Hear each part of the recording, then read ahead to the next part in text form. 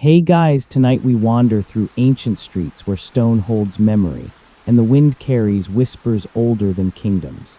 You're in Jerusalem now, a city stitched together by prophecy and blood, quiet under starlight but echoing with the ghosts of crusaders, prophets, merchants, and exiles. You brush your fingers along weather-smoothed walls, each one a silent witness to centuries of holy rage and fragile peace. Someone once said this city was the center of the world. Standing here, it almost feels true. You can smell old incense and desert dust, and somewhere close, a bell chimes softly, folding into the Muslim call to prayer, just as it did 1,000 years ago. So before you get comfortable, take a moment to like the video and subscribe, but only if you genuinely enjoy what I do here. And hey, post your location and local time in the comments. It's always fun to see where in the world you're drifting off from. Now, lower the lights, maybe settle into that familiar armchair, or just let the quiet fill the room. Let's ease slowly and gently into tonight's sleepy little story. You trudge across a stone-paved square where Roman soldiers once marched, crusader knights camped, and pilgrims wept in joy or exhaustion. Beneath your feet, layers of time collapse into each other, Jewish, Christian, Islamic, like a living lasagna of belief. The Western Wall looms to your left, a remnant of the Second Temple. You feel how polished the stones are from centuries of hands, hopeful, trembling, furious hands. Someone's tucked a prayer into the cracks. You don't peek. It feels sacred, even if you don't know what God it's for. Just up the hill, the golden dome of the rock gleams under the moon. Built where Mohammed is said to have ascended to heaven, it also happens to sit atop the ancient Jewish temple site. Convenient, right? Or perhaps divinely orchestrated. Historians still argue whether the earliest dome was intended to mark political power or divine destiny. Jerusalem is like that, beautiful, bitterly contested, and absurdly resilient. It has changed hands more than 40 times, from Babylonians to British, and yet it still somehow stays Jerusalem. You pass under the Jaffa Gate and find yourself in the Armenian Quarter. It's quieter here. Cats lounge on window ledges. A little bakery exhales warm cinnamon sesame smells. You try a flatbread, still steaming from the oven. It's comfortingly ordinary in a city so cosmic. Once during the First Crusade, European knights burst through this gate screaming Deus Vult, God wills it. They slaughtered Muslims, Jews, and some unfortunate Eastern Christians because, well, everyone sort of looked the same under armor. The streets ran red, or so the old stories claim, but the blood eventually dries and bakeries reopen. Later came Saladin, the Kurdish Muslim hero. When he retook Jerusalem in 1187, he didn't repeat the massacre. Instead, he allowed Christians to leave peacefully, for a small fee, of course. You can imagine him watching from the city walls, arms crossed, brow furrowed, trying to unfurrow. You duck into a small chapel carved below ground, the Church of the Sepulchre. It's dim, humid, and smells of wax and stone. They say this is where Jesus was buried and rose again.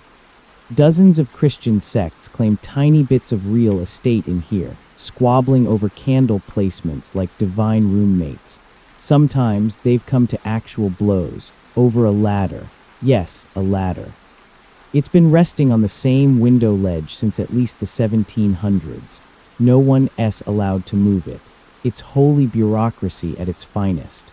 Out on the rooftops, you look down on the city. Minarets and bell towers poke the skyline. A muezzin begins the call to prayer. Somewhere, a church bell answers. It's not harmony exactly, but it's a kind of coexistence. In 1967, during the Six-Day War, Israeli paratroopers wept at the Western Wall. You can almost hear their boots echoing now. A fragile peace follows, then violence, then peace again. Jerusalem never truly rests, but it endures. A quirky bit, there's a tiny museum here dedicated entirely to micro-miniature art, paintings on grains of rice and pinheads. It's tucked behind a monastery. You wouldn't expect such delicate absurdity in a place so weighty with history, but maybe that's why it fits. As you stroll back toward the Mount of Olives, you pause. The graveyards here are vast, stones stretching like scales across the hill. Jews believe the Messiah will appear here first. Christians think this is where Jesus will return. Muslims agree something divine will happen.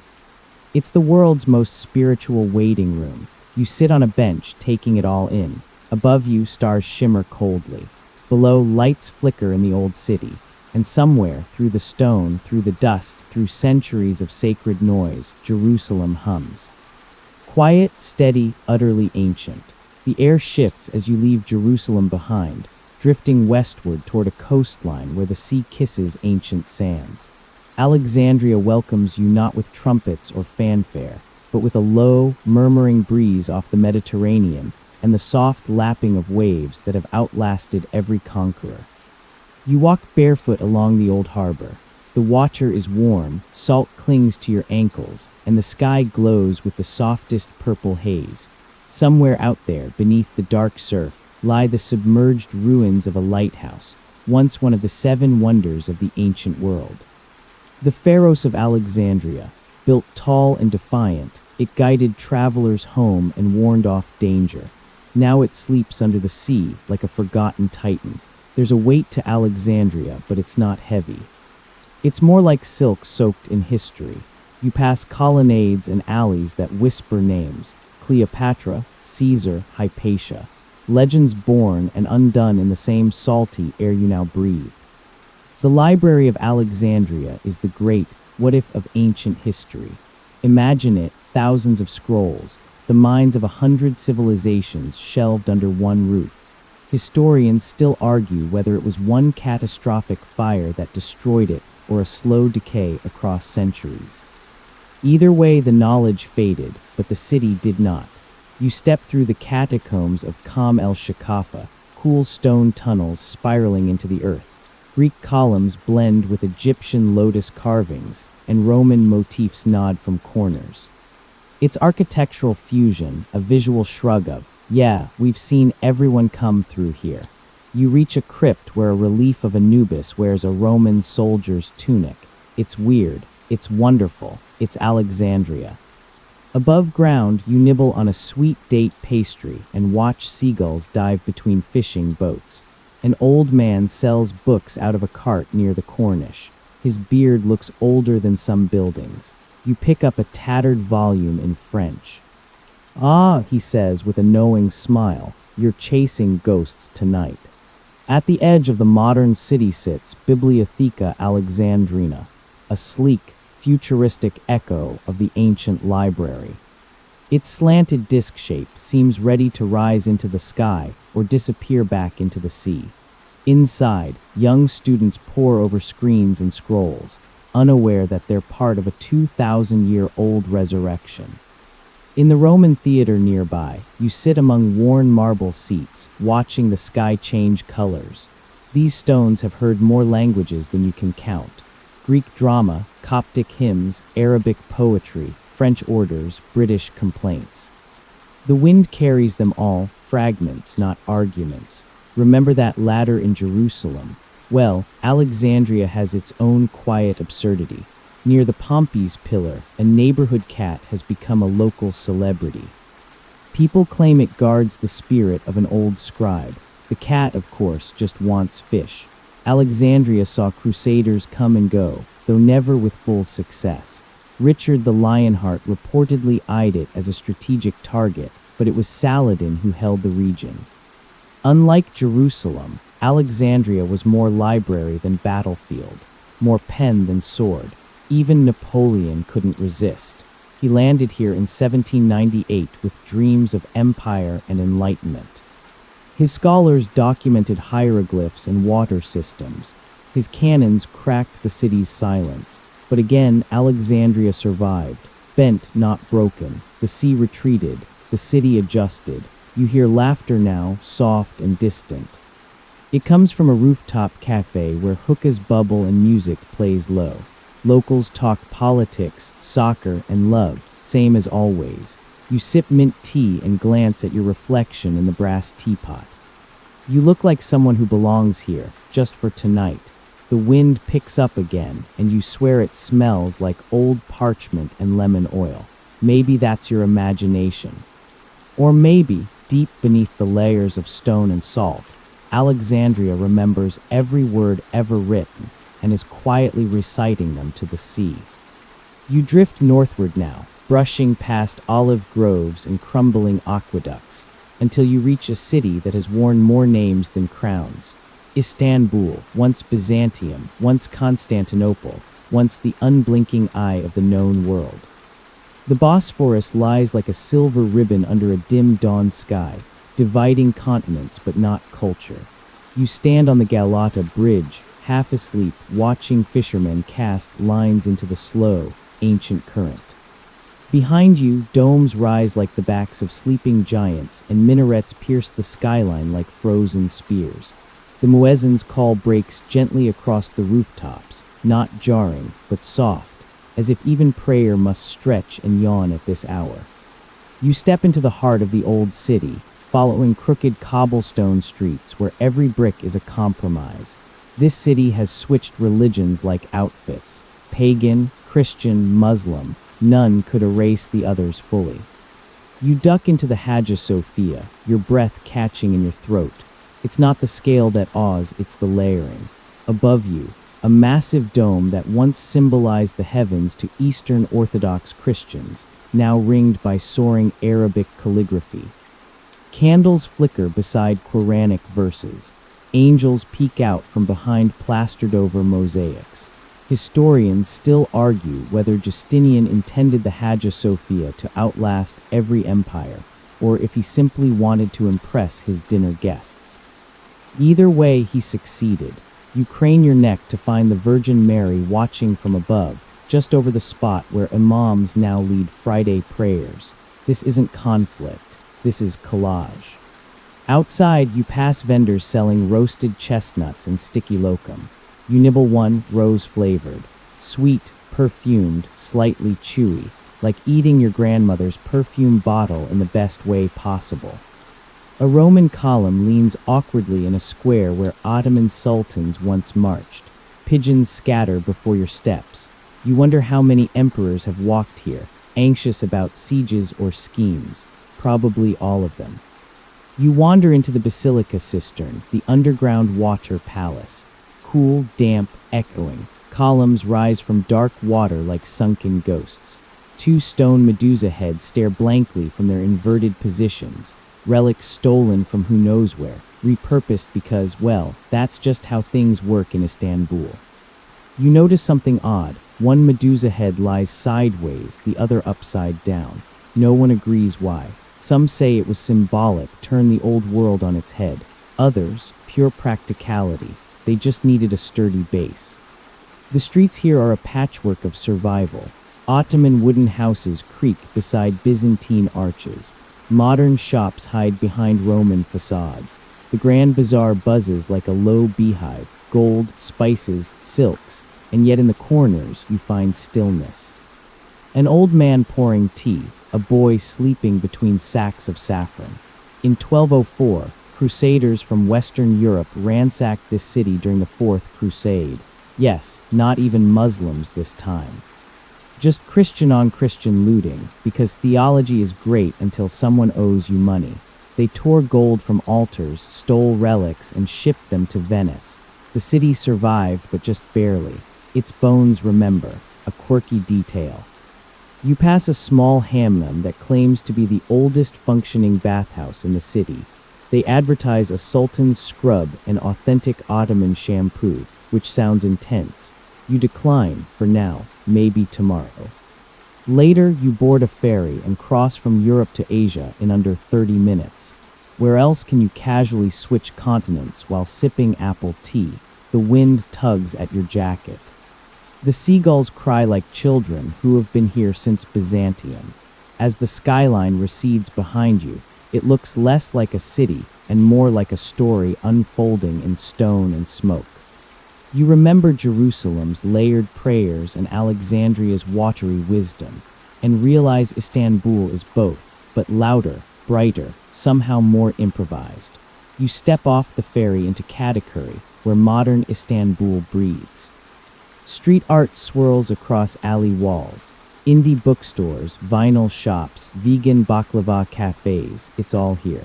But even here, an old Greek church crumbles behind a chain-link fence, waiting for someone to remember its name. And through it all, the city hums, not with urgency, but with endless, effortless reinvention.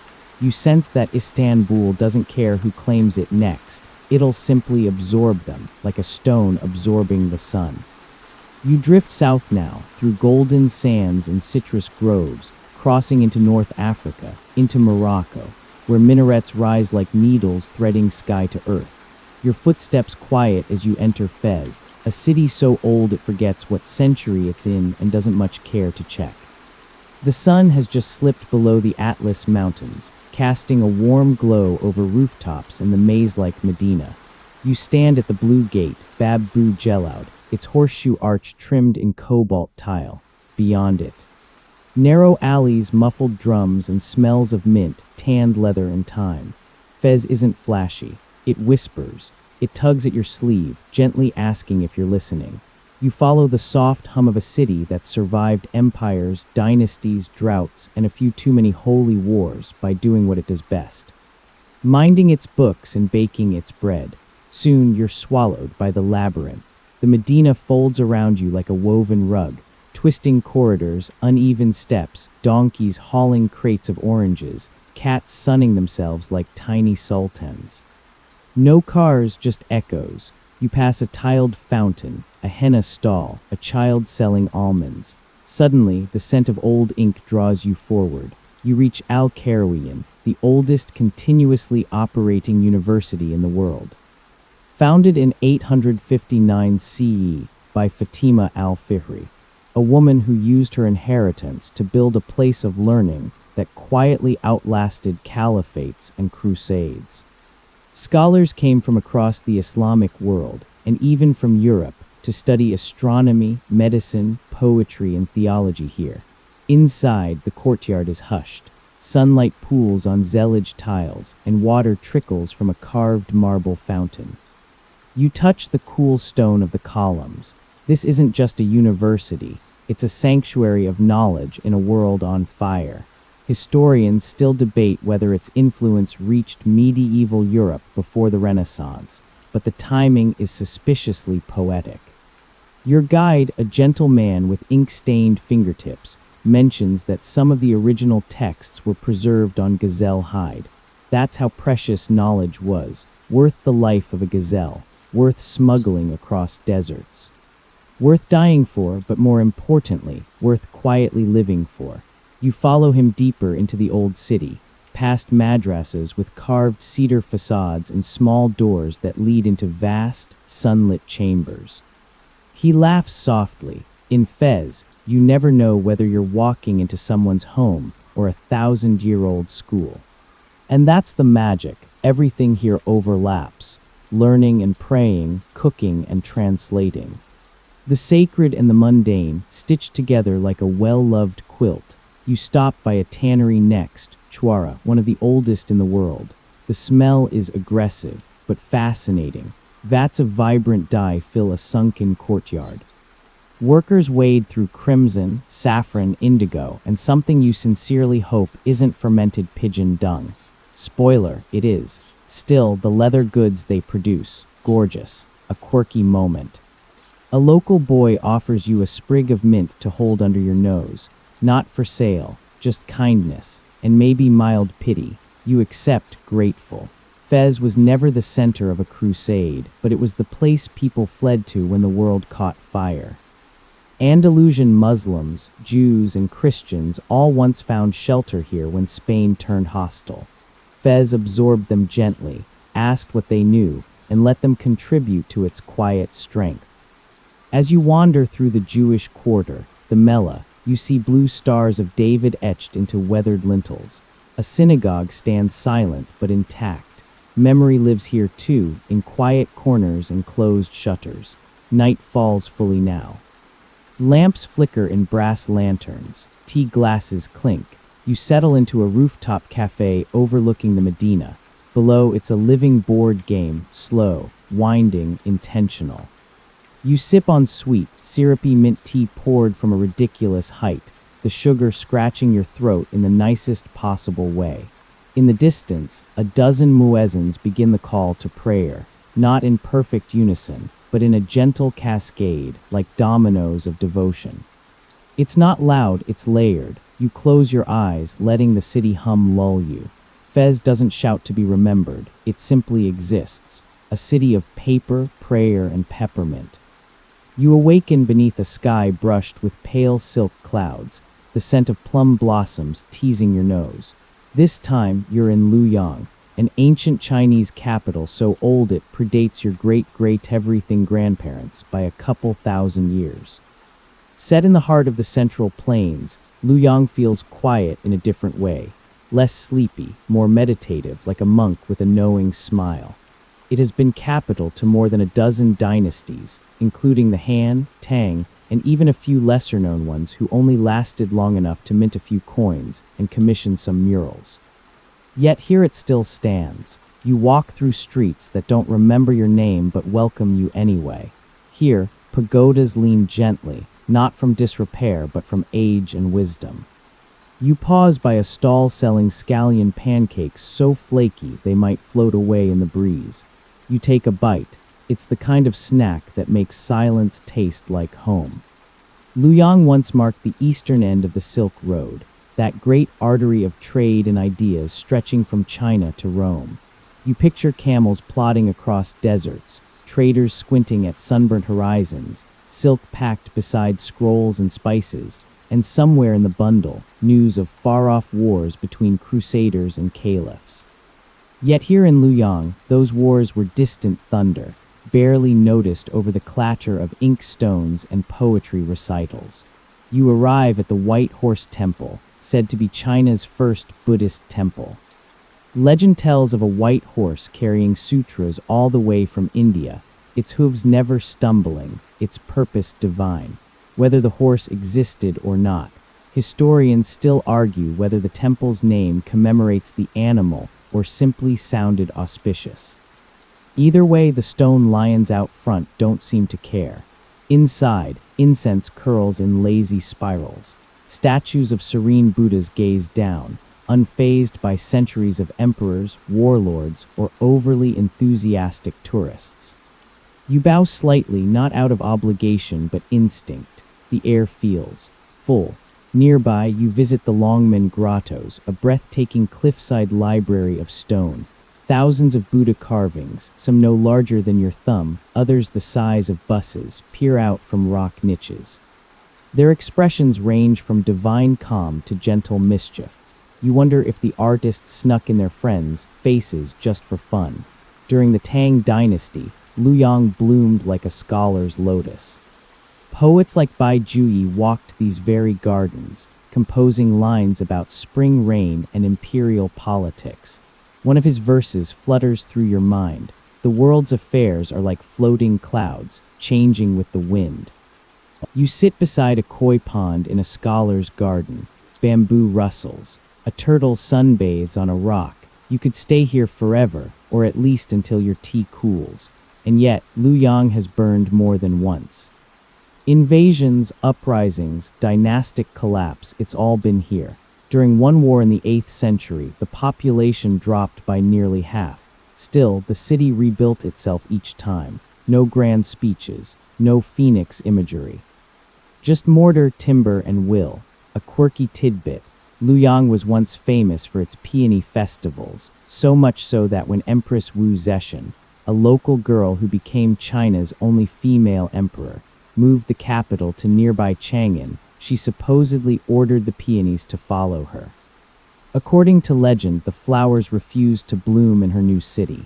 She exiled them back to Luoyang, and here they flourished, flowers with attitude. You stroll through the Guanlin Temple, dedicated to Guan Yu, the red-faced warrior deity of loyalty and epic facial hair.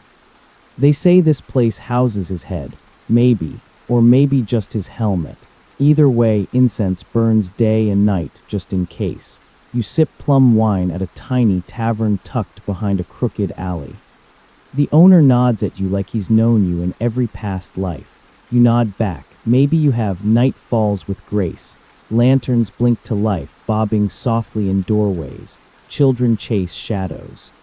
A zither plays in the distance, and for a moment you hear laughter that might belong to someone from 1,000 years ago. Lu Yang never shouted. It endured by listening to the seasons, to the stars, to the poetry between disasters. It's not a city that outlived holy wars by force. It simply outlasted the noise. The air grows thin and cold as you drift upward, westward now, toward the edge of the Alps. Snow dusts the horizon like powdered sugar over an old parchment. Beneath that alpine hush lies Salzburg, a city built on salt, music, and the kind of stubborn stillness that even centuries of European holy wars couldn't melt. You arrive just before dawn, your breath curling in the crisp air. Cobblestone streets glisten from an overnight frost, and in the distance, the Hohensalzburg fortress perches atop its hill, watching over the city like an old librarian guarding the last copy of a precious book. The streets here don't rush. They meander much like you. You wander beneath wrought iron shop signs that hang above doorways like delicate bookmarks. A bakery opens early. Sugar-laced air spills out, warm and inviting. You try a Nussgipfel, flaky and nutty, the kind of thing that makes you want to write letters in fountain pen. Salzburg's name literally means salt castle, a nod to the white gold that made this city rich, but its true power. Faith and the quiet kind, not the fire and sword variety, but the cloistered kind, copied in candlelight and sung in echoing choirs. You slip into St. Peter's Abbey, one of the oldest monastic communities in the German-speaking world. The chapel smells of wax and cold stone. You can hear your own heartbeat here, softened by the thick walls and thick centuries. Somewhere deeper inside, a monk hums a low, droning chant. He's not performing, he's just continuing. During the Crusades, while knights in shining armor slaughtered in God's name down south, Salzburg's monks preserved Greek texts, copied biblical manuscripts, and brewed very strong beer. Very strong. One friar even claimed it was so hearty, monks could fast on it. Historians still debate whether this was piety or just a brilliant loophole, and it wasn't just monks. In the 17th century, prince-archbishops ruled Salzburg as both spiritual and secular leaders, a double-decker authority. They built Baroque palaces and encouraged music, commissioning ornate cathedrals filled with gold leaf and organ thunder. While neighboring regions tore themselves apart in the 30 Years' War, Salzburg remained, miraculously, mostly untouched. Why? Maybe geography helped, maybe divine luck. Or maybe the city just whispered so softly, no one heard it long enough to fight over it. You pass through Murrayble Gardens, where hedges are clipped with mathematical precision and marble statues peek through the snow. Mozart once ran through these gardens as a boy, full of mischief and genius. His music is everywhere here, piped into cafes, sold on postcards, probably echoing in the minds of the squirrels. Salzburg's survival wasn't without tension. In the early 1700s, Protestant residents, especially in the Alpine villages nearby, were expelled by Catholic authorities. Over 20,000 people forced to leave. A cold cleansing, not bloody but still brutal. You can almost hear their footsteps on snowy trails, each one a quiet goodbye. A quirky little fact: the oldest restaurant in Europe, St. Peter's Stiftskulinarium, is still open here. They claim to have served meals since the year 803. Charlemagne could have dined here, possibly over sauerkraut and existential dread. You consider popping in but decide instead to peek through the window. Candlelight flickers off silverware polished by 1,000 lifetimes. In the shadow of the fortress, you find the catacombs of St. Peter carved into Mönchsberg rock. Small chapels etched into the stone whisper tales of anchorites, those who sealed themselves away in solitude to pray. Voluntarily, for years. You can still feel their presence in the carved crosses and the air that feels untouched by time. Even when Napoleon came through, Salzburg's damage was minimal. Maybe he sensed that this was a city of music and monks, not soldiers and spoils. Or maybe he just didn't like the snow. You end your wanderings in the Domplatz, where the Salzburg Cathedral stands with marble confidence. Inside, the acoustics are perfect. You sit alone in the pews, listening to a rehearsal of some sacred choral piece. The singers' voices rise into the vaulted ceiling like candle smoke, weightless and steady. Snow begins to fall outside, soft, deliberate flakes. The bells ring once then again, not to announce war or decree, but simply the hour. You walk slowly, each step softened by fresh powder. The city glows gold in the lamplight. You pass no one, yet feel surrounded by monks, composers, pilgrims, and countless people who lived quietly so the world could have something beautiful to remember. Salzburg didn't survive by fighting. It survived by singing. The snow melts beneath your feet as you drift east, farther and deeper into the continent. The mountains flatten into dusty plains, then give way to silk-wrapped desert paths.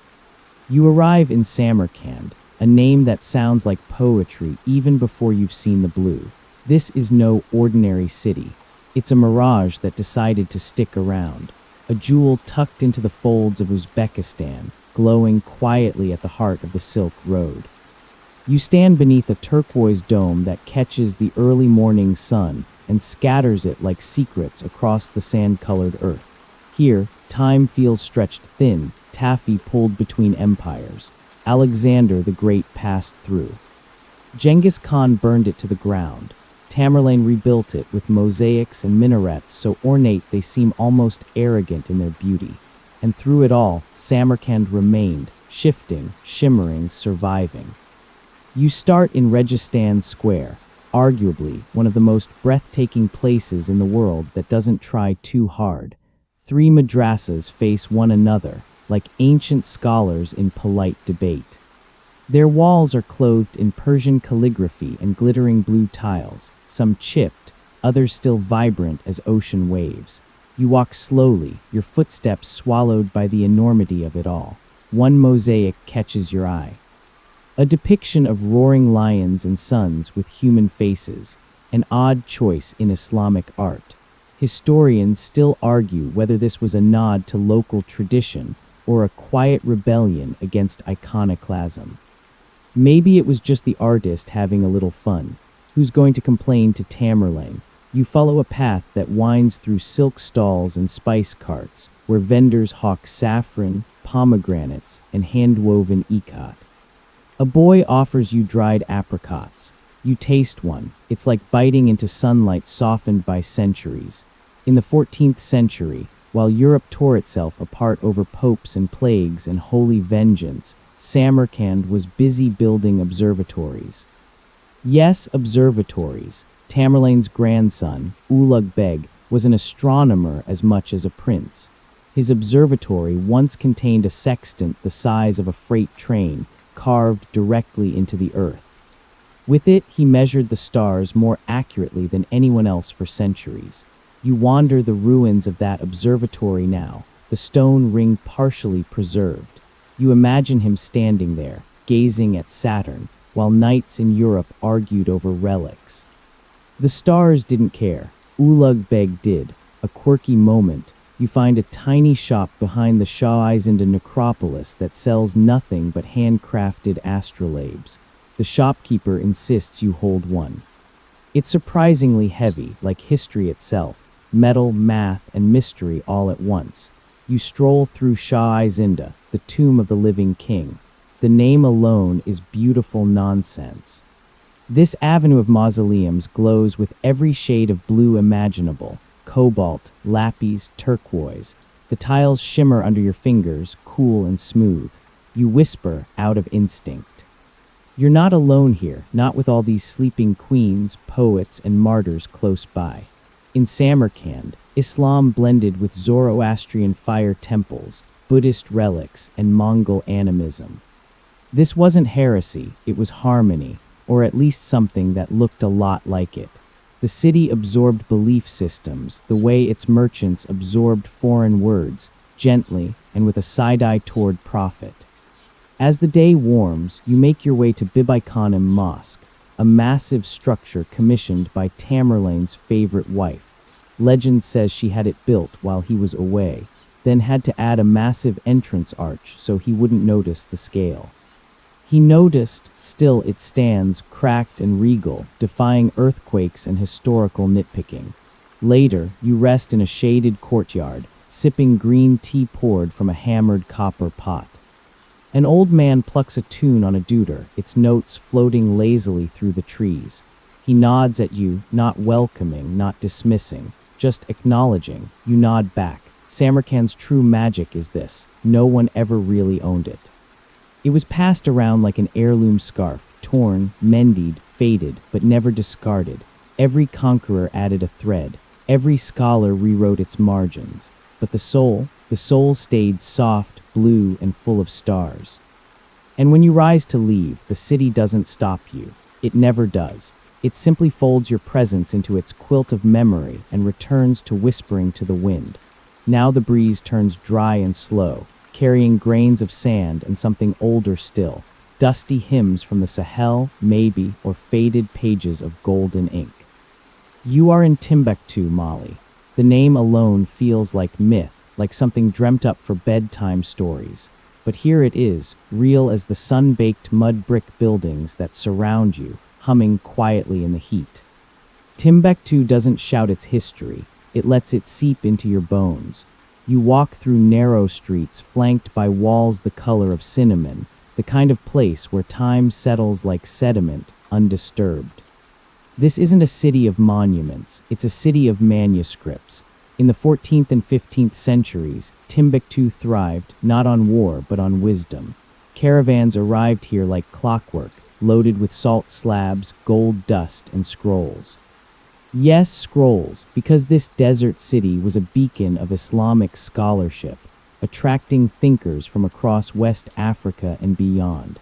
You arrive at the Sankore Mosque, one of 3 grand mud brick structures that served as universities. It looks more like a sandcastle than a school, with wooden beams jutting out like porcupine spines. Inside, the air is cool, and the walls breathe silence.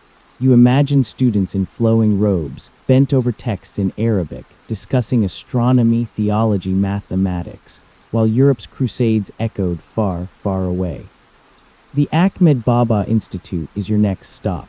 It houses thousands of ancient manuscripts, some over 800 years old. They're not locked in marble cases, but stored in modest rooms, often protected by families who hid them in closets, buried them in the sand, or smuggled them past extremists during the most recent conflicts. Historians still argue whether Timbuktu had the largest library in Africa at its peak. The exact number doesn't matter. What matters is that these books survived at all. A curator gently opens one for you. The script is delicate, swirled and soot black, written on yellowed pages that smell like cumin and thyme. You notice a doodle in the corner, someone practicing their signature, perhaps, a scholar's absent-minded swirl, captured forever. Out in the streets, the heat pulses like a drum. You pass children playing football barefoot, kicking up dust beside the ancient Jingreber Mosque. The mosque leans gently, rebuilt after centuries of sun and rain. Each year, locals replaster it by hand in a community ritual that involves chants, laughter, and the occasional argument about technique. It's part architecture, part memory. During the Crusades, most of sub-Saharan Africa remained untouched by Europe's holy fury, but that doesn't mean it was unaware.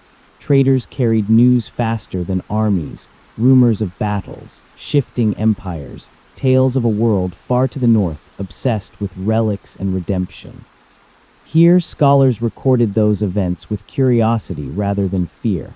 A quirky fact: some of Timbuktu's ancient books include commentaries on hygiene, love potions, and weather patterns.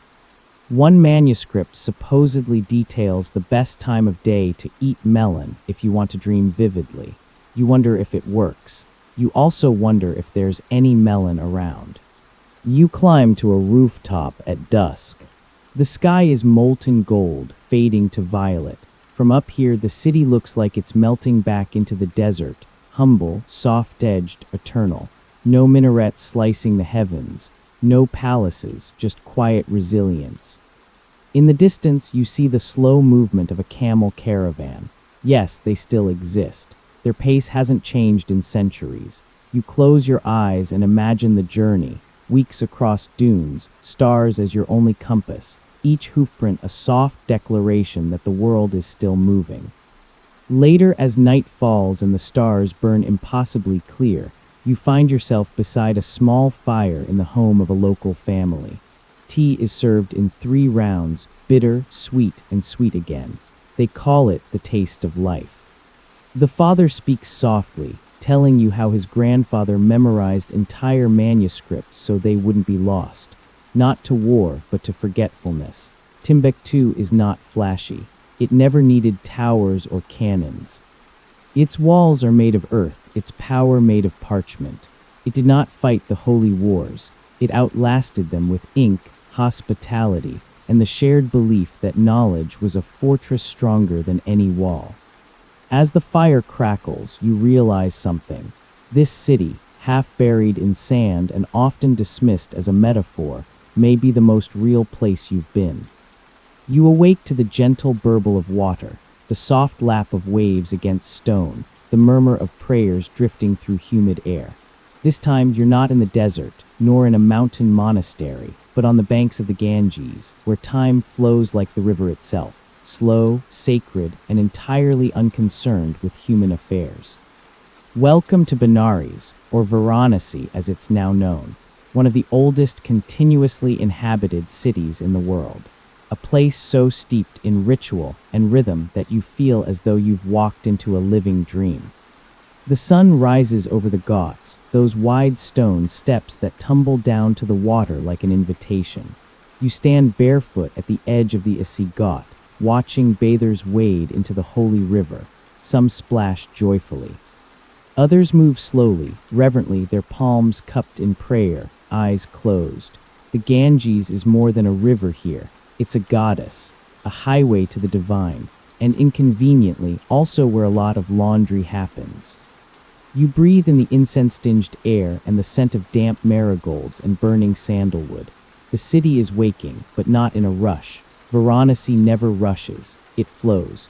You follow a narrow alley lined with shrines, cows, scooter horns, and more shrines. 1 deity per corner, maybe 2. Every surface is an altar if you look long enough. The walls are hand-painted in deep reds and saffron, plastered with flyers advertising Ayurvedic cures and sitar lessons. A monkey watches you from a low rooftop, chewing something that might once have been holy. You salute it anyway, just in case. The Kashi Vishwanath temple, sacred to Shiva, towers ahead, guarded by gold and security alike. Pilgrims queue for hours to glimpse the inner sanctum. You choose to walk the parikrama, the outer path. Here, the rhythm of prayers and temple bells folds over itself again and again like a chant you can't quite forget. Varanasi has been sacked, burned, and rebuilt more times than even its residents can recall. The city was razed by Qutbuddin Aibak in the 12th century, again under Aurangzeb, and still it endured. The temples fell, rose, fell again. But Shiva, he stayed. According to legend, this is the city he never leaves.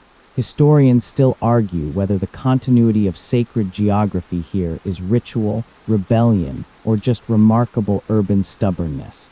Likely all 3.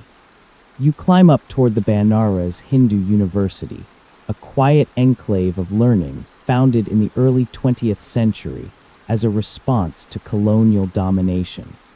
Its sandstone buildings hum with the kind of knowledge that blends chemistry with cosmology. You peek into a classroom where students discuss black holes and the Bhagavad Gita in the same breath, a quirky discovery. You stumble across the Burat Kala Bhavan, a museum tucked on campus that features, among its treasures, a collection of 19th century miniature paintings of European officers awkwardly posing in Indian garb. Their expressions suggest a mix of colonial confidence and serious regrets. You head back toward the river by dusk. The city prepares for Ganga Aarti, the nightly ritual of light offered to the river. Priests in crimson robes perform a choreographed offering. Bells ring, conch shells blare, and oil lamps swirl in hypnotic arcs. You watch from a boat bobbing gently in the water, the city lit golden behind you, its reflection rippling in the current. And then silence, a sudden hush, a moment so still that you hear the flutter of sari hems, the hiss of a single wick going out.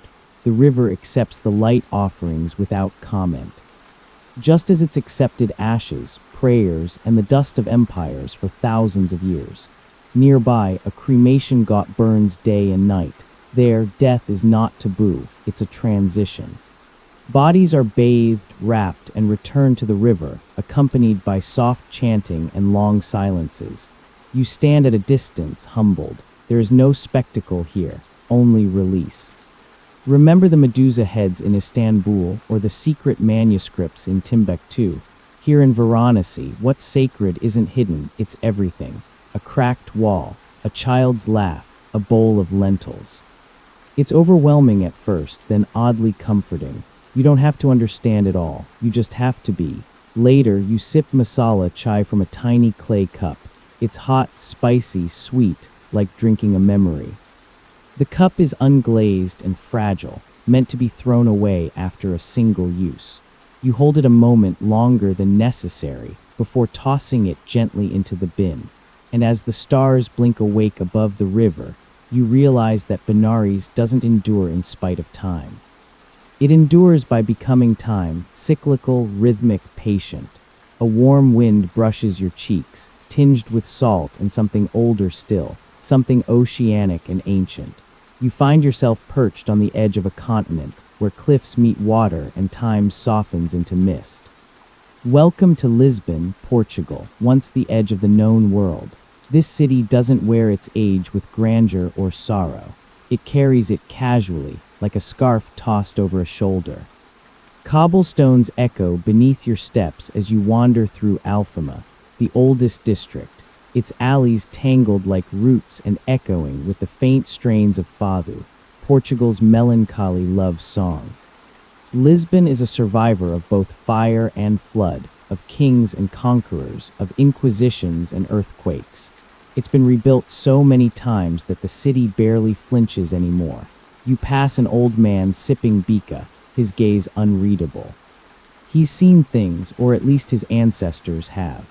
Your walk takes you to the Say Cathedral, built over a mosque, which was itself built over a Roman road. That's Lisbon in a nutshell, layered and unapologetic. You lean against the cool stone of the cathedral, running your hand along grooves that might have been etched by Visigoths or maybe just bored stonemasons. In the age of crusades, while religious fervor swept Europe like wildfire, Lisbon was complicated. Yes, the Reconquista raged across the Iberian Peninsula, and yes, crusaders came here too. But Lisbon was a port, a marketplace, a melting pot. Jews, Christians, and Muslims lived here, sometimes in harmony, sometimes under suspicion, always in proximity. A mainstream historical fact. In 1147, Lisbon was captured during the Second Crusade, not by knights seeking salvation, but by a combined force of local Iberians and northern European mercenaries who got bored waiting to go to the Holy Land. It was less a divine conquest and more a strategic pit stop. You stroll through Baixa, the lower town, rebuilt after the catastrophic 1755 earthquake that nearly erased Lisbon in under 10 minutes. The tsunami that followed swept away churches and palaces alike. Historians still argue whether the disaster marked the beginning of Europe's enlightenment. After all, when divine wrath levels cathedrals on a holy day, people start asking questions. Yet Lisbon rebuilt with grace and geometry. The grid-like streets of Baixa feel modern even today, dotted with pastel facades, black and white stone patterns underfoot, and wrought iron balconies draped in laundry and bougainvillea. You duck into a pasteleria for a flaky pastel de nata, that perfect bite of custard sunshine. A light joke from the baker: the holy wars ended, but this pastry still converts people. You nod solemnly, mouth full. Now you climb the hills, because Lisbon demands it. The Muradouro de Senhora do Monte opens wide before you, terracotta rooftops, the Tagus River sparkling in the distance, the 25 durable bridge stretching like a red ribbon to the horizon. You feel like you're standing in a postcard drawn by memory. There's a quirky legend that Lisbon was founded by Ulysses himself during his wanderings after the fall of Troy. It's pure myth, of course, but somehow it fits.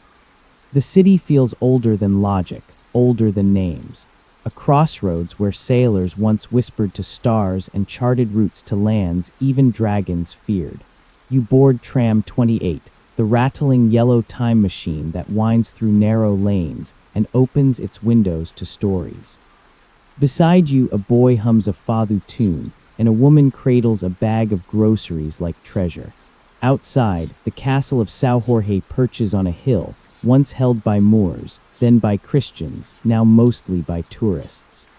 You pause in Belém, where the great age of exploration once launched itself upon the sea. The Geronimo's monastery, built in thanks for safe voyages, gleams white in the afternoon light. Its stonework is a wild tangle of ropes, ships, coral, and saints. You stand beneath a high arch and marvel. This place was funded, in part, by the spice trade, proof that cinnamon and nutmeg once held more power than gold. And speaking of spice, another quirky moment. A statue of Padre Antonio Vieira, a 17th century Jesuit preacher, stands in a quiet square. Around him swirl sculptures of fish, because legend has it he once delivered a full sermon to them after humans refused to listen. A lesson for us all. As night falls, you return to Alfama. The fado singers begin again, voices rich with longing and survival. One voice, low and steady, wraps around you like a blanket. Tudo isto e acute fado. All of this is fado. Love, loss, resilience. Lisbon outlived the holy wars not with swords or sanctuaries, but with songs, stories, and stubborn grace. The city has seen flames rise and seas swallow, and still it lines forward, always toward the ocean. The sky is ash blue and the clouds drift low like sighs. You blink and the sun flickers through twisted columns and tangled archways. This city has known conquest, crusade, revival, and yet it hums softly, stubbornly, like a lullaby that never ends. Welcome to Toledo, Spain, a place where three faiths once shared a postcode, however uneasily. You descend cobbled paths that snake between golden sandstone buildings. The stones beneath your feet feel worn to glass, as though millions of souls pressed them down like river pebbles. And maybe they did. Romans, Visigoths, Moors, Christians, Jews. Each group left something behind, a roofline, a library. A recipe. Toledo isn't loud. It doesn't compete with Madrid's speed or Barcelona's flair. Instead, it folds you into its quiet magic like pages in an ancient codex. You hear church bells in the distance, but they're softened by the winding alleys, bouncing off Moorish arches and wooden balconies that lean toward one another like old friends. You slip inside the Mezquita del Cristo de la Luz, a former mosque that predates the Reconquista. The floor is cool underfoot, and the air smells of aged stone and candle wax. Here, horses once knelt beside soldiers, and domes once echoed with Arabic verses. The mosque's arches still stretch in Islamic symmetry, even after centuries as a Christian chapel. You stare up. Geometry becomes prayer. In the 12th century, Toledo was nicknamed the city of three cultures, where Christians, Jews, and Muslims lived side by side. Tension, always, but also poetry, science, and yes, tapas.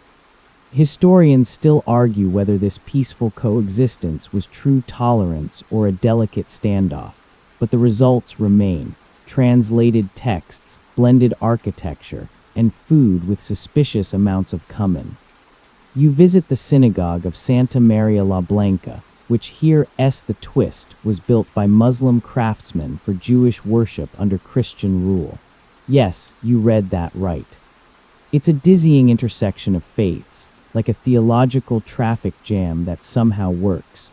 The interior is cool and white, with scalloped columns and decorative capitals that resemble blooming lotus flowers. You whisper, and the silence hugs your voice. Nearby is the monastery of San Juan de los Reyes, its Gothic corridors draped in ivy and lined with the chains of Christian prisoners once held by Muslim captors. These chains were hung up like trophies after their release, though the message depends on which way you're facing. One man's freedom is another's conquest. History has excellent handwriting but terrible objectivity. And then there's El Greco, the painter who made Toledo his home in the late 1500s, capturing its twisted skyline and spiritual intensity in every swirling brushstroke. His works aren't historical records, they're emotional weather maps. You stand before the burial of the Count of Orgaz in the church of Santo Tomé, and you feel your breath slow. It's not just a painting, it's a portal, a quirky tidbit for you. In the Middle Ages, Toledo was famous not only for swords, which were exceptional, but also for magic. Yes, real-deal necromancy and alchemy. It had a reputation across Europe as a place of hidden tunnels, forbidden texts, and shadowy scholars known as the Toledan magicians. One 13th century rumor claimed a secret school beneath the city taught dark arts to wandering students. You pause at a manhole cover and wonder, still there. You grab a bite at a quiet tavern. Manchego cheese, olives, and a thick slice of venado estofado, stewed venison, rich with wine and clove. The waitress tells you the recipe goes back centuries, maybe even to Moorish hunters. Everything here is borrowed, she says with a wink, even the sunshine. And just when you think the city has no more surprises, you round a corner and find the Alcazar, a fortress perched above the city like a stone guardian. Its massive walls have been rebuilt countless times, depending on who was in charge. Romans, Arabs, Castilians. Today, it houses a library and a military museum, because why not both? You climb to the roof and look out. The Tagus River loops lazily around the city like a protective scarf. Beyond it, golden hills roll into the distance, dotted with olive groves and sleepy farmhouses. The air smells of rosemary and ozone. Toledo didn't escape the holy wars. It hosted them, translated them, survived them. It was both sword and sanctuary. But the city itself, its winding alleys, its melted cultures, its quiet persistence, feels like a rebuttal to all that blood. As the sun dips low and the shadows stretch long, the streets glow amber. Bells toll again. You pass a group of students laughing, their hands full of notebooks and bocadillos. A cat slinks by, clearly in charge. You pause once more in the synagogue-turned-church. The last light hits the white columns, and for a brief moment, it looks like the walls are glowing from within, like the past still lingers, not as ghosts, but as echoes. Toledo is not a museum. It's a palimpsest, a place written, erased, rewritten again. And every layer whispers, we were here, we tried. The scent of oranges and dust drifts into your lungs as the landscape shifts again, drier now, sun-baked and golden, framed by olive trees and rolling hills. You're entering Cordoba, Spain, once the beating heart of Al-Andalus. And unlike some cities that merely outlasted holy wars, Cordoba thrived in their shadow. You step into the city as if entering a mirage. Narrow streets curve like question marks through the Juderia, the old Jewish quarter. Whitewashed walls shimmer in the heat, and every window spills over with geraniums in chipped blue pots. You reach out and brush a vine. It feels alive, like memory. Then it hits you, quite literally, as you step into the Mezquita Cathedral, a building so architecturally confused and beautiful it could only exist in a place like this. Moorish horseshoe arches stretch across the space like a forest of red and white candy canes. And right in the center, boom, a Renaissance cathedral, plunked down like an exclamation point in the middle of a love letter. You walk slowly between the columns, each footstep hushed by centuries of prayer. First Islamic, then Christian. Both, neither. This building is a contradiction that works. Historians still argue whether the cathedral addition preserved or disfigured the original mosque. You decide it's both, or maybe neither. The light filtering through the high windows doesn't seem to care. Cordoba in the 10th century was the place to be. While much of Europe struggled through muddy violence and feudal spats, Cordoba boasted paved streets, public baths, and street lamps. Stretlamps in the 900s. You pass a small stone fountain, now dry, but once part of the city's complex water system, brought here by Roman aqueducts and perfected by Muslim engineers. Your reflection in the basin looks half real, half myth. A mainstream historical fact. Under the rule of Caliph Abd al-Rahman III, Cordoba was the largest and most advanced city in Europe. It had a population of nearly 500,000 and housed one of the greatest libraries in the world. Over 400,000 manuscripts, most of which, heartbreakingly, did not survive the Reconquista. You duck into a shaded archway and emerge into the Patio de los Naranjos, the orange tree courtyard. The trees are older than your grandmother's grandmother's grandmother. Bees hover lazily. Water once trickled through irrigation channels between them. You sit on a bench and listen. It almost feels like the roots are humming. The city was not untouched by conflict, of course. The Reconquista clawed its way south, and Cordoba fell to Christian forces in 1236. Yet the city didn't vanish. It absorbed, adjusted, and sighed. The mosque became a church, scholars scattered or converted, and the city's fame dimmed, but never extinguished. Here's a quirky tidbit. Local legend claims that the mezquita's original architect placed a tiny, upside-down column somewhere in the forest of pillars as a joke or a protest. No one else found it, but that hasn't stopped generations of visitors from squinting upward, looking for the rebel stone. You do the same, just in case. Cordoba's Jewish community thrived for centuries, producing figures like Maimonides, the famed philosopher and physician. A bronze statue of him now sits quietly in a small plaza. You run your fingers over his robe, rubbed smooth by countless other pilgrims of curiosity. Nearby, Hebrew inscriptions linger above doorways like faded tattoos. The food here ridiculously good. You settle into a shaded taberna and dig into a bowl of salmorgio, a thicker, creamier cousin of gazpacho, topped with jamon and hard-boiled egg. A waiter leans in, hot days, cold soup, Cordoba law. You raise your glass of local Montilla wine in agreement. As twilight thickens, you walk across the Roman bridge, built over the Guadalquivir River. It glows under the golden hour, each stone sighing beneath your steps. The breeze tastes of water and basil. On the far end stands the Calahorra Tower, once a Muslim defensive stronghold, now a museum of coexistence. Inside, exhibits murmur stories of tolerance, trade, and shared intellectual quests. You pause at a 12th century astrolabe. It still works. You lean against the bridge's stone rail. To your right, the city skyline softens, arched domes, bell towers, tiled roofs. Behind it all, the Sierra Morena Mountains catch the last sunlight like embers.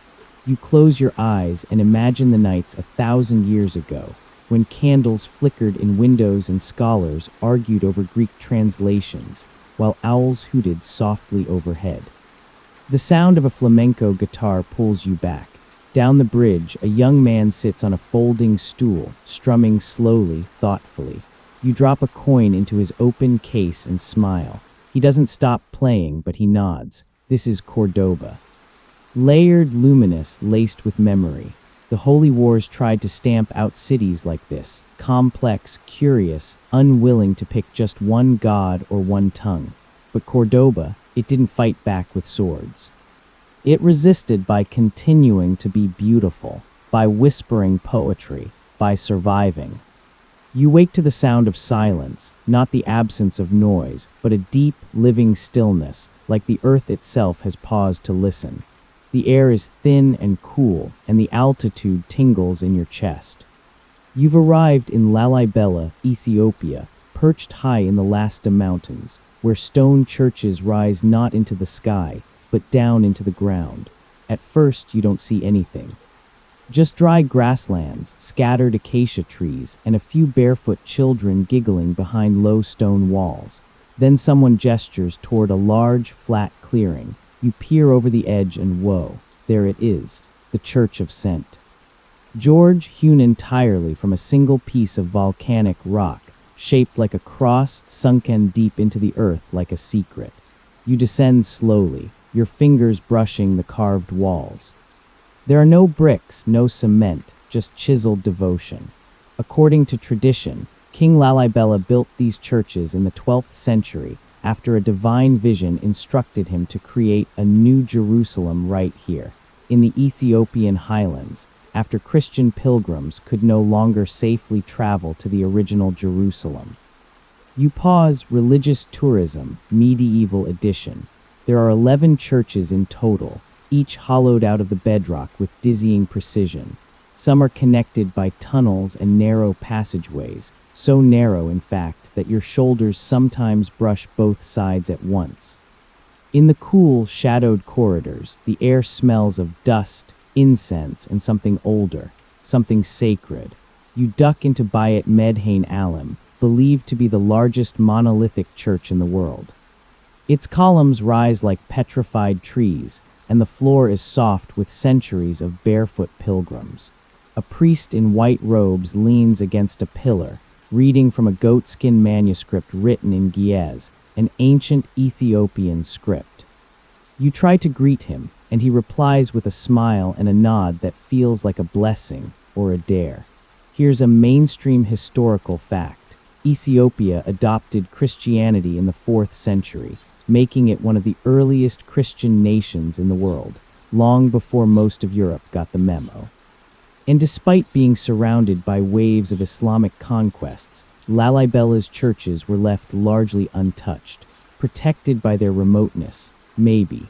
Or perhaps even invaders paused, took one look, and said, "Yeah, no, we're not messing with this miracle."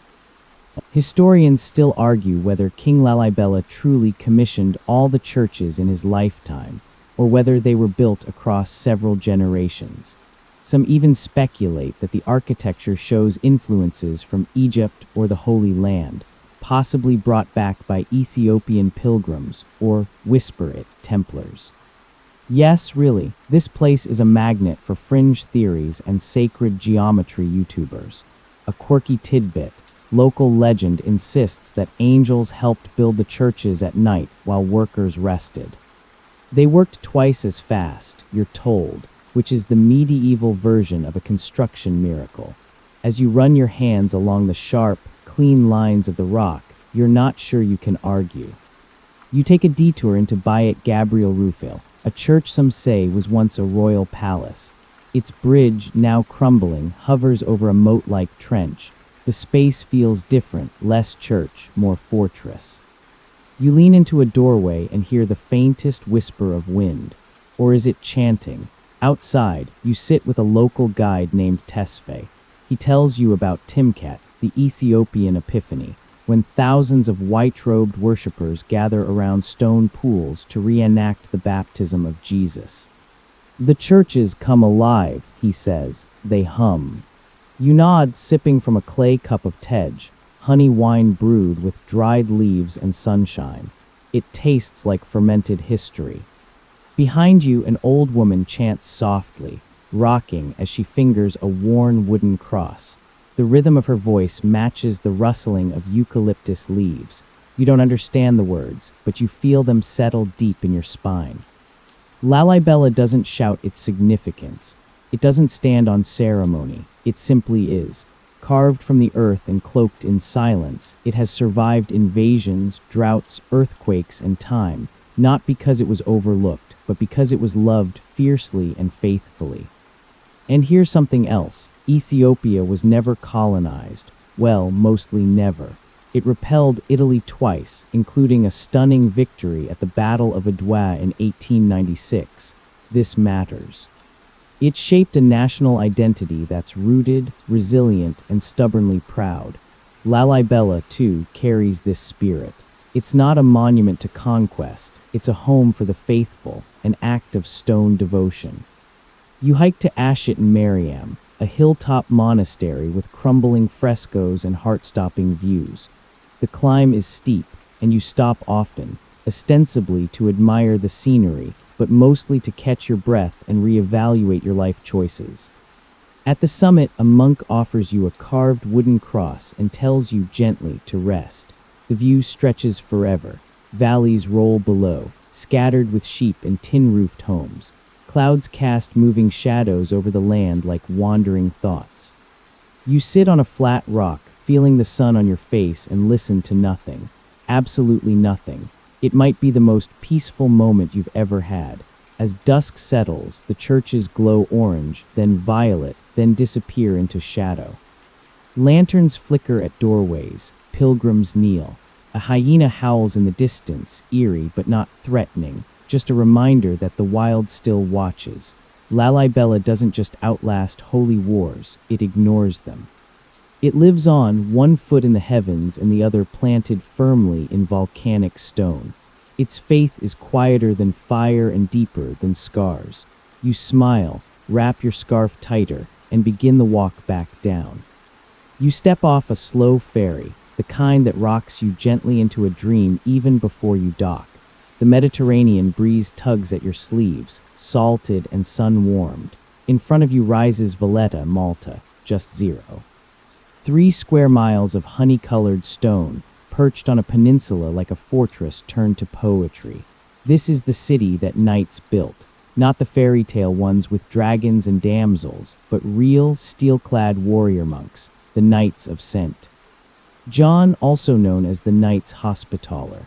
After being kicked out of Jerusalem, then Rhodes, they landed here in 1530, and after barely surviving the Great Siege of 1565, when the mighty Ottoman Empire tried to crush them once and for all, they decided to build Valletta. A city so fortified, so orderly, and so downright elegant that it became the envy of Europe. As you step through City Gate, there's a hush, like the city itself is holding its breath. The limestone buildings glow gold under the afternoon sun. Balconies painted green and blue jut out like watchful eyebrows. Streets are so steep in places they double as staircases. You climb slowly, pretending it's for the view. You pass a cannon-lined bastion wall and peer down at the Grand Harbor below. Ships, ancient and modern, come and go like whispering memories. You half expect a galleon to round the corner. It doesn't. Just a sleepy cat curled on a barrel. A mainstream historical fact. Valletta was Europe's first planned city, laid out in a precise grid. Every block, every bastion, every drain was calculated. It even had water channels and sanitation systems long before most cities thought of flushing. Impressive, considering this was the 16th century, and most people still dumped buckets from windows. Yet the holy wars never left this place. They're carved into the city's bones. The Great Siege is legend here, where just a few thousand knights, local Maltese, and volunteers held off 40,000 Ottoman troops. They were outnumbered, outgunned, and nearly overrun, but they held. And when the Ottomans retreated, the knights didn't just survive, they declared, "Let's build a capital that screams, nice try." You find yourself in Sent. John's Co-Cathedral, which from the outside looks like a military barracks, but inside, pure Baroque explosion. Gold leaf clings to every surface. Carved skeletons peek from marble tombs. Above, Caravaggio's dramatic beheading of St. John the Baptist glowers down from its altar, painted in 1608 during the artist's bizarre stint hiding in Malta from a murder charge. Yes, murder. Malta's got layers. A quirky tidbit, Valletta's streets were designed to channel sea breezes, making them naturally air-conditioned centuries before AC units. The locals call it the Mistral effect. You just call it blessed relief, as the shade and wind meet you at every turn. You stop for a pastas, a flaky, ricotta-filled pastry that tastes like a hug from a carb-loving grandmother. A shopkeeper gives you two for the price of one, with a wink. One for the nights, one for you. There's no escaping the past here. Even the narrowest alley has a plaque, a statue, or a cannonball dent in the wall. Yet the city doesn't feel weighed down. It feels proud, like a survivor with a good tailor. Historians still argue whether the Knights' presence in Malta helped unify the island or imposed a brutal regime. Truth is probably both. While the Knights built hospitals, defended against pirates, and turned Malta into a maritime powerhouse, they also ruled with iron fists and weren't exactly tolerant of anyone outside their Catholic brotherhood. You visit the Casa Rocca Piccola, a 16th century palazzo still lived in by descendants of Maltese nobility. A hidden wartime shelter lies beneath it, a reminder that Valletta didn't just survive medieval sieges, but World War II bombings too. The British used Malta as a base, and the Axis tried to flatten it, but once again the island held, and it remembers. Oh, it remembers. Everywhere you go, you hear stories. Of grandmothers hiding under stone arches, of fireworks launched for saints who may or may not have shown up, of soldiers who stayed and never left. You get the feeling this place has seen everyone, Crusaders, Ottomans, French, British, and outlasted them all. Politely, as twilight settles, you sit at the upper Baraka Gardens, overlooking the harbor. The saluting battery fires one ceremonial cannon shot at dusk, just one. Loud, dramatic, echoing down the limestone cliffs like a final punctuation mark. You jump, then laugh. Everyone does. The benches here are worn smooth. You share one with a retired sailor who points out where his grandfather fought during the siege. My nonno used to say, Valletta listens. If you sit still, you'll hear her. You nod. He's right. Below, the city lights flicker on like tiny stars. Ferries cross the harbor like lazy fireflies. Church bells toll the hour, soft, solemn, eternal. You sip a Kinney, Malta's bitter orange soda, and wonder how one city can be so small and yet feel so infinite. Valletta doesn't posture. It doesn't puff its chest or shout about its victories. It lets the walls speak. The scars are here, in the sandstone, in the streets named after saints and sieges. But there's also music, children's laughter. The clink of wine glasses in quiet restaurants. And perhaps that's how it survived. Not by resisting every invader, but by absorbing their energy, transforming war into architecture, fear into ritual, memory into resilience. The sun dips below the harbor. The breeze cools. You close your eyes. This city is not just a survivor. It's a cathedral carved from defiance, laced with beauty, and sung to sleep each night by the sea. You've wandered through many cities now, each one bearing the quiet weight of centuries, their stones whispering stories too old to remember in full. But now, as twilight deepens and your feet touch down in the final place on this journey, the hush feels complete. Welcome to Mostar, in the southern part of Bosnia and Herzegovina. The air here smells faintly of river water and fresh bread, and the sound of trickling flows around you like a lullaby. Mostar doesn't shout. It simply reflects, especially in the mirror-smooth surface of the Neretva River, which runs like a pale green ribbon through its heart. You follow its banks until you reach the city's most iconic feature, the Starry Most, or Old Bridge. It's curved like a sleeping cat, its pale stone arch casting a perfect reflection in the water. Elegant, simple, ancient-looking, except it's not. The original Starry Most stood for over 400 years, built by the Ottomans in the 16th century. But during the Bosnian War of the 1990s, it was shelled and collapsed into the river, an act of destruction so symbolic it sent shockwaves around the world.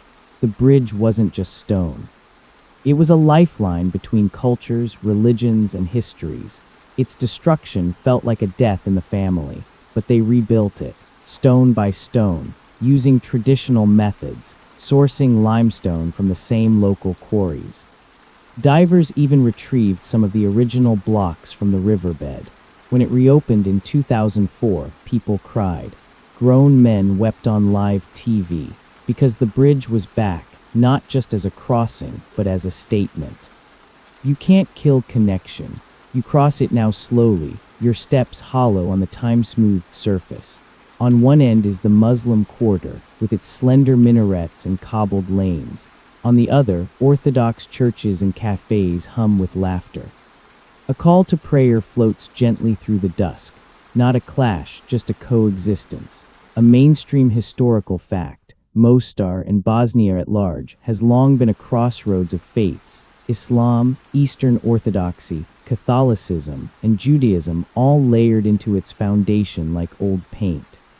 It was a jewel in the Ottoman Empire, a cosmopolitan outpost of mixed neighborhoods, and even during the Austro-Hungarian period, it thrived on diversity. But the 1990s war fractured it brutally. Historians still argue whether the Yugoslav conflicts were rooted more in ancient ethnic divisions or were fueled by political manipulation and post-Cold War chaos. The truth, as always, is tangled, and likely both. Mostar paid the price. Buildings were shelled, bridges bombed, friends and families separated by barricades, fear, and lies. But here's a quirky tidbit. Since the bridge was rebuilt, Mostar has revived an old local tradition, bridge diving. Yes, seriously. Men leap from the 24-meter-high arch into the icy river below to show courage, impress tourists, and maybe, just maybe, outshine each other's grandfathers. There's even a formal diving club, and you can pay a small fee to be coached, trained, and cheered into hurling yourself off a 16th-century engineering marvel. You decline politely. Instead, you find a table at a riverside cafe, sip a dark Bosnian coffee served in a tiny copper pot, and watch as kids laugh along the shore, tourists take selfies on the bridge, and old men play chess under the sycamores. There's something about this city. Maybe it's the sound of water, or the way the hills close in around it protectively. Maybe it's the warmth of the people, their fierce pride, and how they don't talk about the war much, but they do talk about rebuilding. Healing, moving forward. You stop at a tiny museum tucked into a side street, just 2 rooms and some charred remnants. One display shows before and after photos of Mostar's buildings.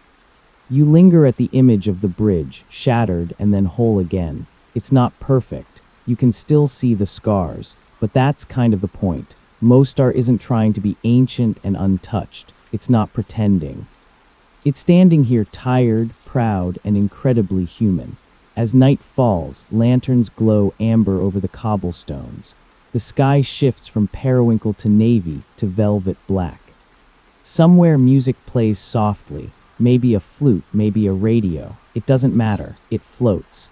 You walk back across the bridge, the stone warm from the day's sun, and lean over the edge. Below, the river moves steadily on, uncaring about borders, battles, or names. It just flows. And now, your long journey through the quiet cities is ending. Cities that did not conquer the world, but endured it. Places that didn't shout louder than war, but whispered longer. Cities that knew how to outlive not just holy wars, but the hate and noise that follow them. Let's wind down together now. The footsteps slow, the cities fade. In the hush that follows, you settle back.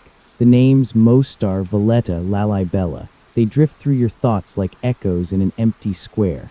You're not walking anymore, not climbing ancient steps or standing beneath golden domes. You're floating gently between memory and dream. Breathe in. The air is warm, quiet, still. The lights of the world dim, not in sadness, but in peace. The chaos fades at the edges. The noise retreats like a tide going out, leaving behind smooth stones and softened sand. You let go of dates, of maps, of the who took what from whom. None of that matters now. What stays is the feeling, the sense of endurance. Of stone worn smooth by generations of footsteps, of faith practiced quietly, of bridges rebuilt, not just with mortar but with will. Each city was a lantern, a flicker of something eternal. And even as you drift into sleep, you carry them with you, on your back, in your breath, behind your eyelids. Let the silence cradle you now. Let it rock you like a gondola in a midnight canal, like a tram through empty streets, like the echo of a bell through cold morning fog. You're safe, you're home, and the cities are still there, waiting, quiet and undisturbed. Good night, traveler, and sweet, sweet dreams.